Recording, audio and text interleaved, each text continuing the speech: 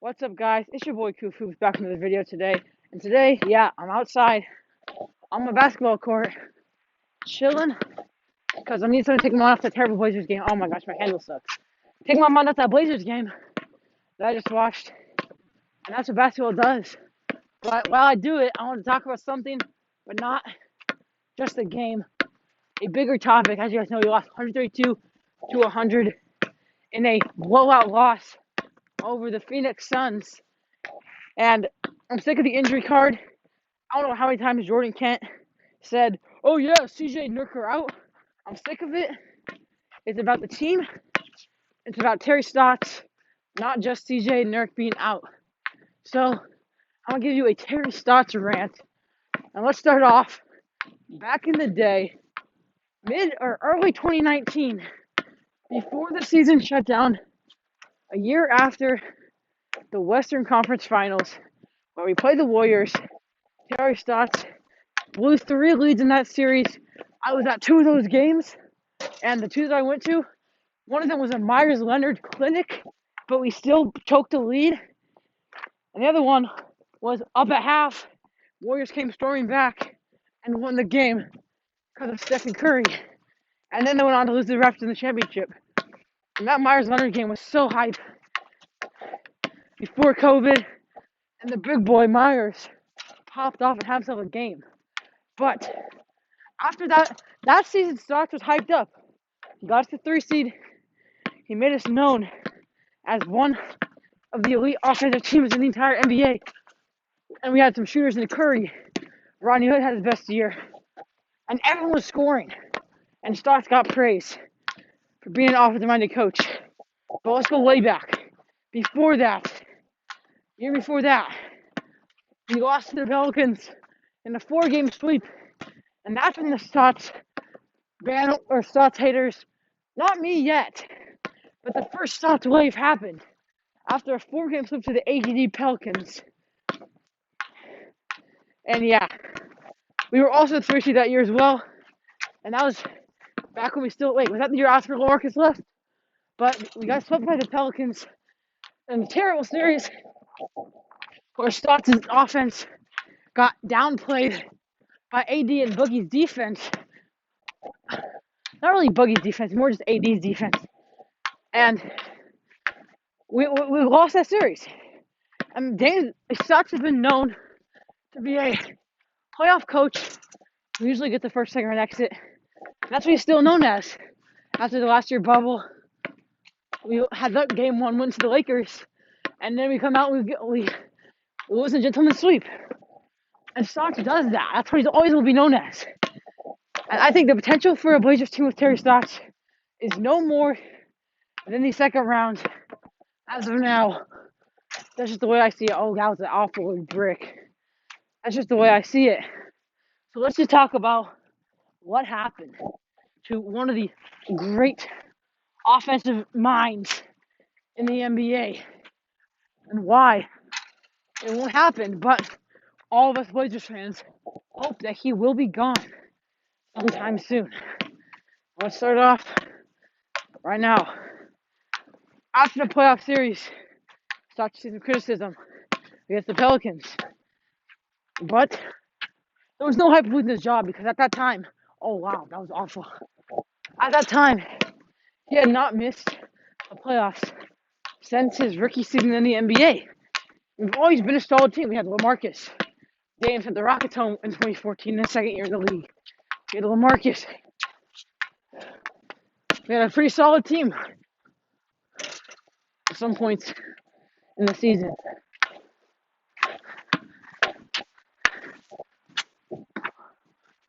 Oh.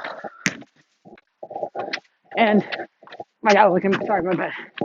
And we really have always been a first or second round exit. Dave sent home the Rockets. Yeah, I know that. That was a second round team. But Stotts was never that guy. Move on to 2018. He gives us a deep push. We go and face the Warriors. But it wasn't even Stotts. It really was just CJ and Dame with the help from Zach Collins, Myers Leonard, and a prime healthy Nurkic. which we haven't going to see since that playoff series where he got injured. Wait, no, that was one before, wasn't it? That was series before. But still. And after that season, there wasn't really talk. Yes, we blew some leads to the Warriors in that series, but people outweighed the lead blows with Stotts' way to get there.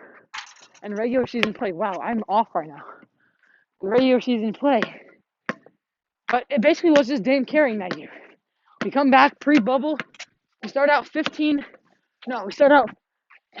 and like 20, or like 13 and 20. We were bottom of the Western Conference, and we really had to fight the whole year to get back into the playoffs. To get back into a playoff spot. And then, season shut down, we were solid 5 games below 500.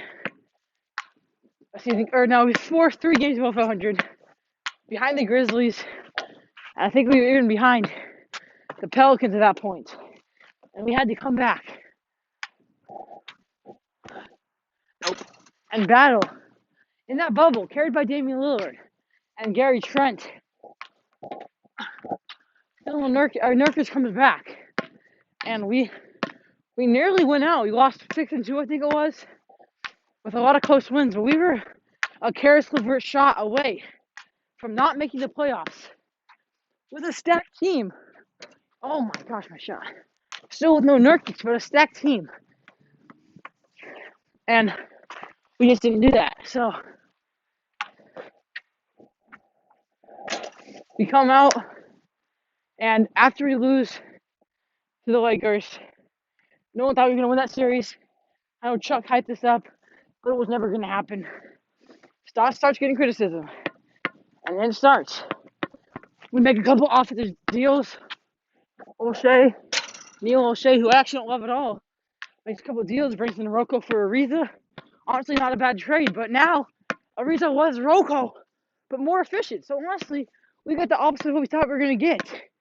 And then we signed Derrick Jones, who we thought was going to be a great rim runner / defensive wing who would catch lobs. But that's not Terry's offense. And that's not how Terry rolls. And here's why Terry's such a bad coach. Let's just start off with tonight as an example. This is nearly every loss and even win. Even in wins, we rely on the three-point shooting of Dame's free throw shooting, Dame's ability to draw fouls, and Dame to playmake for a team that's bottom of the league in assists. We're not a playmaking team. And some nights Gary's on. Some nights he's off. Same as Melo. Same as Rocco. And tonight, our guys weren't even that bad. And we still get blown out. So let's just put an emphasis why we are so horrendously bad. Now, Terry Stotts' offense is a perimeter-centric type offense with 4 guys on the 3-point line on a basic set. Let's say we win the jump ball. Kenner tips it back to Dame. Dame does this. He usually dribbles. He jumps off the court. You have Kenner go straight to the paint, to the post, usually high post. And you have Trent there. Melo goes left side baseline wing. Covington there. And whoever's the last starter, DJ, usually in the other corner. And that's usually how the possession ends. I'm not kidding you. There is no movement at all from anybody on the entire team. The ball usually goes to Dame's hands.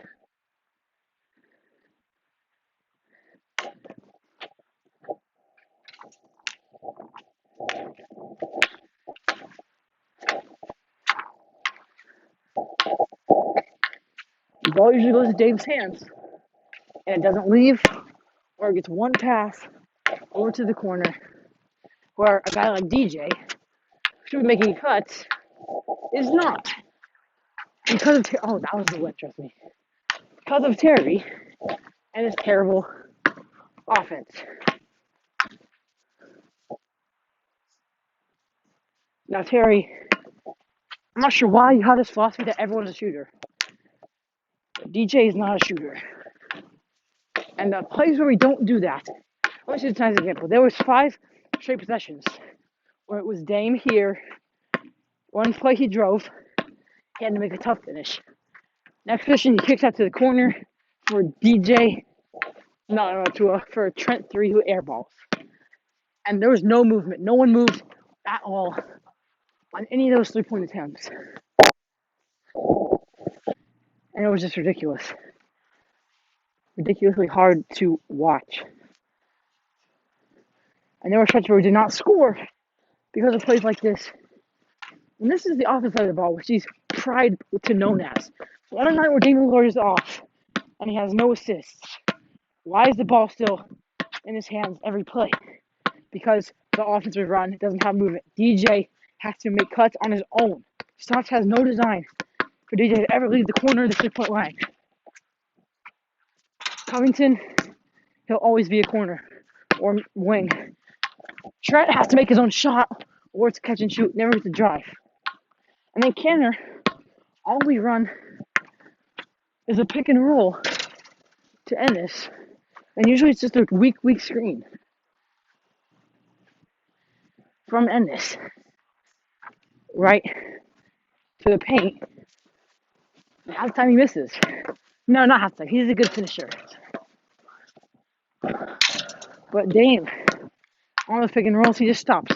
Because they're the roll, and Dame doesn't do anything. Or Dame steps back off the screen and looks for his little range. Yeah. That was deep, trust me.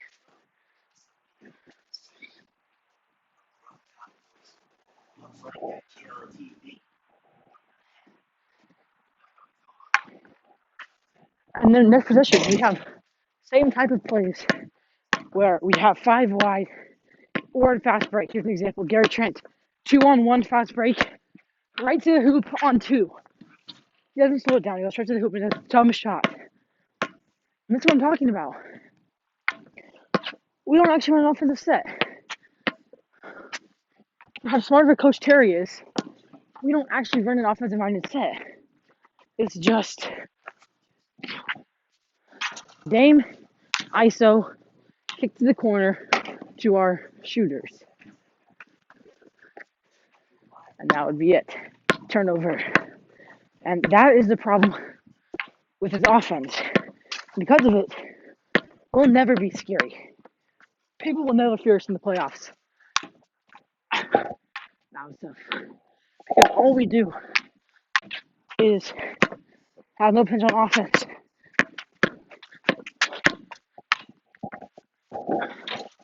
And run 3-point sets, 3-point plays. I could go out to the NBA and do what Derrick Jones Jr., what Covington does on the offensive side of the ball. Not DJ, because he's the Ducks, but Robert Covington. Go out and stand at the wing and occasionally set a screen and never move and hit 25% of my threes. I could do that. Half of us could. We all know that. But they're getting paid millions of dollars to do what Stotts wants them, which is sit in the corner and let Dame ISO, which doesn't work. It just doesn't. And now let's move on to the defense. And this is just even more annoying than the entire offense.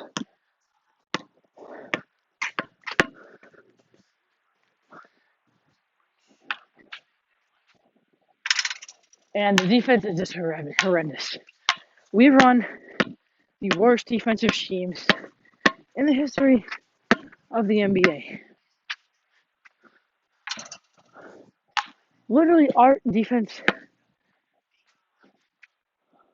is terrible. And Ennis has been better. Honestly, he has a lot of hate. But Ennis has been fine. It's not really been Ennis's fault. But the paint is still terrible. And Ennis still can't do much. The problem is the sets, the drops, switching, being around screens, hedges, all that stuff.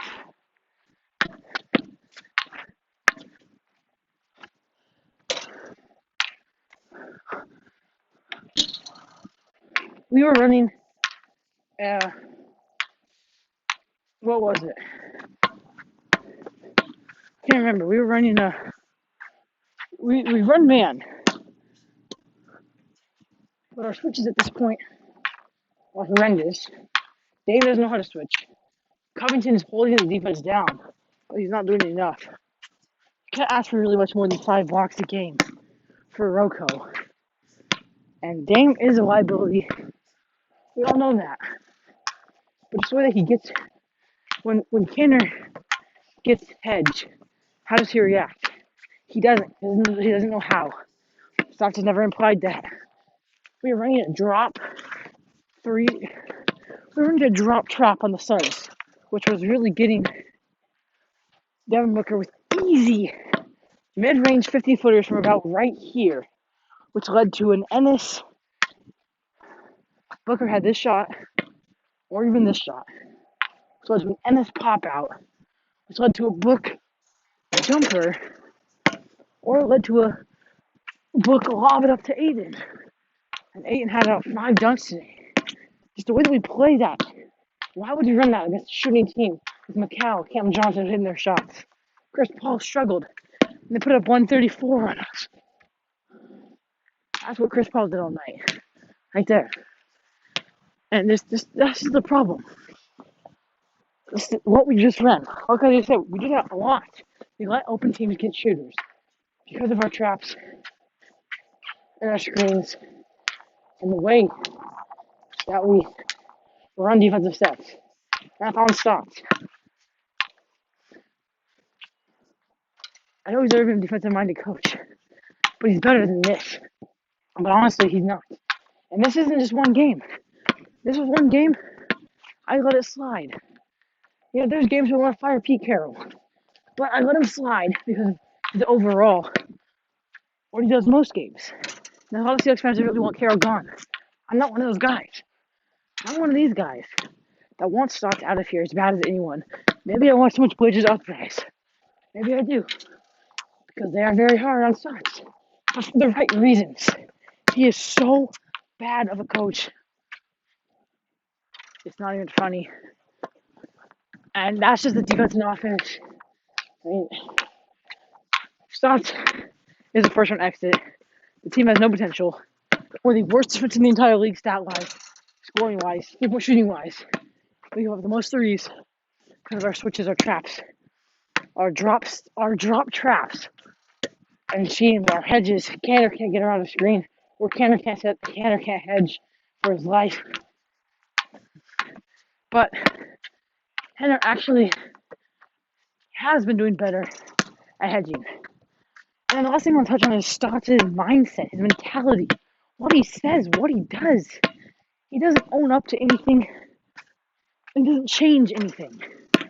An example of tonight is Terry. We ran 4 straight possessions where we had nothing. We ran 5 straight possessions where we had missed layups, missed threes, no movement. Points like this where DJ just pulls up from 3 in the guy's face, but doesn't even hit it. DJ wasn't very good tonight. Oh, Melo's doing this all the time. Melo does these. When he does those, Stotts just says whatever and keeps Melo in there. When Dame struggles, he doesn't even pull Dame. He doesn't tell Dame, hey, slow it down. Let's run the ball around. But he just doesn't care. He's a shoot at will offense with no movement. ISO style. And that's what we are. So back to the possessions. Trent missed the 11 fast break. Hood missed the shot. There was one pass and screen from Ant and Rodney. But we were 5 minutes out of possession. And finally, we go down 110-77. And Stotts called timeout. That was just the worst sequence of events I've ever seen. It just was hard to watch. He doesn't switch it. He doesn't do anything. He calls timeout after we got on the outscored like 15-1. And that happens all the time. And here's his mentality. That's what I've been talking about. The way that he handles things. On defense, he says Kanter can't hedge. Yeah, okay, Kanter's not a very good hedger. But is that really Kanter's fault? Sure, yes, he didn't get taught right. But guess who can teach him? The coaching staff, especially you, Terry. Terry Stotts. You, the head coach of this basketball team, can teach Ennis Cantor, our center, how to play defense. But no, Cantor, I love him. He's a great offensive player. He does this all night. But he can't play defense very well. Or guys like Trent brings high energy, Coach brings high energy, but guys like, who else? Even, okay, let's say Dame as an example. Dame and Melo, two vets, especially Melo, who aren't known for their defense. They're both huge offensive scorers, especially Dame at this point in his career. But at the late game scenarios, we just because Dame's name, we keep him on the floor. Now, I'm not mad at that. But Melo, we keep him on the floor. Just because he's Melo. When we have a guy like DJ, or even Rodney, or even CJ freaking LB, who can come in and play better defense than them. Now, I know Harry Giles is out, which hurts our power forward center play, because he is a good defender. He can do everything he can or can't do. But he still hasn't been very great all year. Basically, just because of what Terry Stotts does. And then finally, the accountability in offense is terrible. There was a day where he said, if you win the games at home, if you win 2 out of 1 on the home strand, and you go 1 and 2 on the road, if you go 2 and 2 on a 4-game trip out on the road, and you go 3 and 1 at home, then that's a great basketball team. That's a mindset. No, that is not a mindset you need to have as a head coach. To split the road games and go above 500 on the home ones? No, why is that your mindset? You should be trying to win every game by any means, not let's just take this night off on the road and lose and then go out and win at home. You don't do that. And the problem besides that is his accountability when things go wrong. Like tonight, I'm going to go and watch the interview. Once I stop recording this, he'll probably say, guys weren't hitting their shots. That's what he will say. He will say, guys were not hitting their shots. Not Stotts. I mean, I wish people would hit Stotts, but no, guys are not hitting their shots. And yeah, of course guys are not hitting their shots. That's the way basketball works. But when guys aren't hitting their shots, you have to adapt and find a way to win games without that. And here's a tip. When guys are hitting their shots,